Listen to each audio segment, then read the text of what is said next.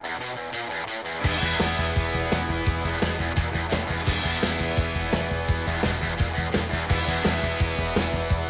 so you've got the medical clearance from your doctor. He said, go ahead, enjoy yourself. So what's next? Getting a pair of shoes, right? Glad you asked. We're here at the Running Room on Main Street West in Hamilton. Brenda Barron from Running Room joins us. And Brenda, let's now talk to the average person who wants to get a pair of shoes. They come into this great store in Main Street West in Hamilton, and they have no idea what's involved. So when they come into the store, you and your great staff here will take them through the process. So what's first? Perfect. Well, welcome to the Running Room this morning, Ted, and I'm glad you brought your old shoes, because that's always a good thing to do, to bring your old shoes so we can look at the wear pattern. And then we're also going to take you through a gait analysis where we're going to fit you into the shoe that's going to be perfect for your foot type.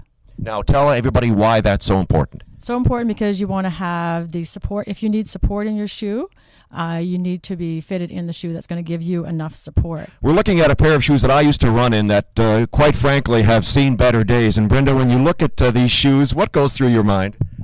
First thing is you definitely need new shoes. And what we're looking at here is a wear pattern. So you can see here that the midsole is compressed. You see all the wrinkles and that in here, that's telling you that the cushioning is no longer working for you in this particular shoe.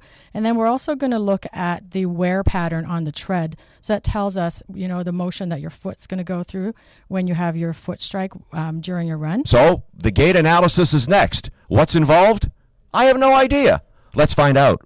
Okay, and then what I'm looking for here is seeing how your knee is tracking over your foot, seeing how, if your arches are collapsing at all. Mm-hmm.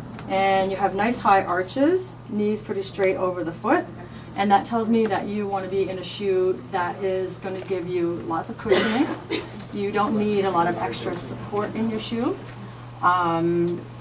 It's more of a neutral shoe. Mm-hmm. So somebody else that would have their arches rolling in, collapsing, would need a shoe that has some additional stability to prevent that from happening. Okay?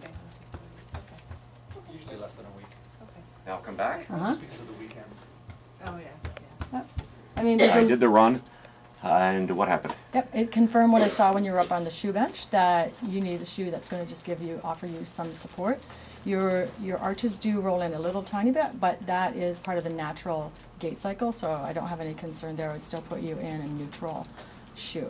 I selected this shoe because I noticed that you not only have a high arch, but your forefoot is fairly wide.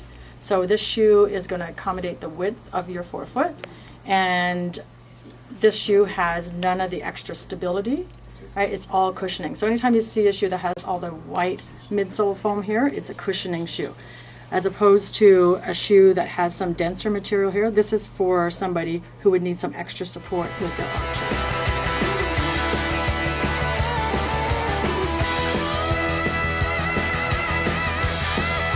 Oh, this is nice. So the race is March 30th. Now, the old adage is at some point you have to train outdoors because the weather could be anything. It could be cold, it could be windy, it could be snowy, it could be rainy. We're not saying take your life in your hands when you go outside on an icy day, but you should train in all weather. If the weather is not the best, you can still do this. And Brenda, I know you've got some ways for people to stay dry and stay safe at the same time. Again, you want to avoid wearing anything cotton, so don't wear your cotton t-shirts or cotton sweatshirts or cotton jogging pants, because it's just going to absorb the moisture when you're perspiring, and then you'll actually become cold and chilled and cold while you're outside running. So what you want to start with is something like this, which is a base layer. The base layer is going to fit snug against your skin, and that's going to hold the heat close to your body to keep your core warm. And because it's a technical fabric, it's going to move the moisture away. So you would have your base layer on, and then you would put on an insulating layer, and that's just going to give you some extra warmth on the colder days. Again, you're going to have something that is the technical fibers. It's going to not only keep you warm, but it's also going to keep you dry. One of the very most important things about running, a lot of us run early morning or in the evening, and the visibility is not that great, especially right now this time of year. It's winter, right? So most of the time, if you're running outside, it's going to be dark. So you want to have something that's going to give you lots of visibility. Now, there is a myth that when you run outdoors in the wintertime that you can't get dehydrated. And that is a myth. You have to stay hydrated. You have to drink something either before, during, or immediately after the race. For the ladies that are listening and watching, the sports bra is just as important as the proper footwear.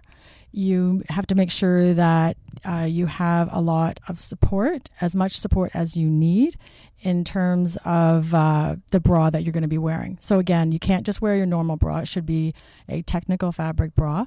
Depending on your bra size will dictate the type of bra you wear. But a couple things to keep in mind when you try on the bra, you go into the fitting room, put it on, what are you looking for? And you want it to have a nice snug fit. You don't want any bouncing happening. You want to be able to slide one finger under the strap here. So if you can get one finger in there and it's not too difficult to get in there, it's snug enough around the chest area, and you should be able to stack 2 fingers under the bra strap easily as well. So we hope this has helped you get ready for the next part of the race. You've got the medical clearance. You've got the shoes and all the stuff you need. Now all you have to do is go out and do it. Brenda Barron is here at the running room on Main Street West in Hamilton. Come and see our friendly staff. Matt, Ron, and Chris, they'll take care of you. If they take care of me, they can take care of you. Get fit, get active. We'll see you on March 30th.